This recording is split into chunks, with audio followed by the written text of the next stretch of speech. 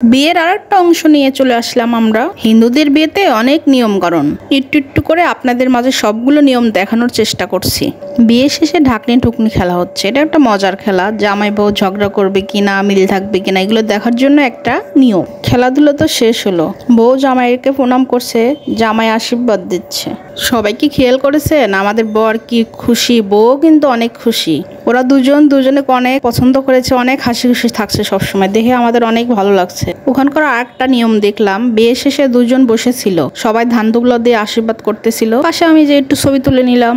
মেয়ের বাড়ির সব অনুষ্ঠান শেষে বউকে নিয়ে আমাদের বাড়ি উদ্দেশ্যে রওনা হয়ে গেলাম। এবার ছেলেকে আর গাড়িতে নেই আমিই উঠে পড়েছি। ছেলেকে বাদবাকির সাথে বাসায় পাঠিয়ে দিলাম। রাজশাহী প্রচন্ড গরম, এই কারণে গাড়িতে উঠেলাম যাতে এসির বাতাস খেতে খেতে আরামে আসতে পারি। অবশেষে আমরা বাসায় পৌঁছে গেলাম। বউ বরণের প্রস্তুতি চলছিল। বউ বরণটা ছাদেই হবে, তাই আমরা সবাই ছাদে চলে আসলাম।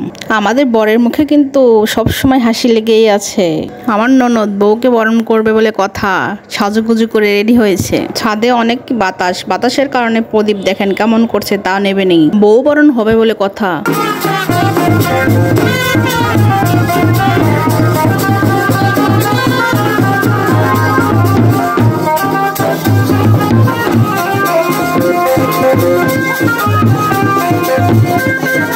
বরণ শেষে আমরা ঘরে চলে আসলাম। পরের দিন সকালে বউ ভাতের আয়োজন। যতটুকু ভিডিওতে কোনো ভয়েস ওভার দিলাম না, আপনারা এই ভিডিওটা এমনি দেখেন।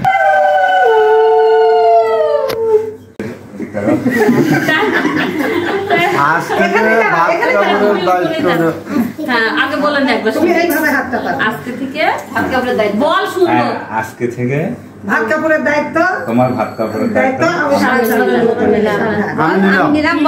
তুই বল তো, আমি শুনে নি পরে দে। হ্যাঁ বল। আজ থেকে সারা জীবনের জন্য তোমার ভাত কাপড়ের দায়িত্ব নিলাম।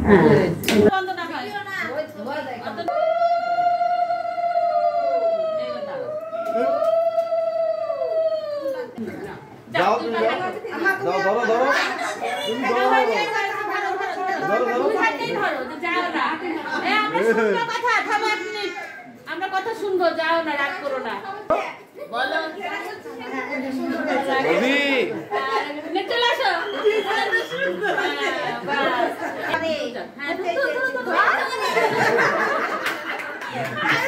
আসো বলো, আসো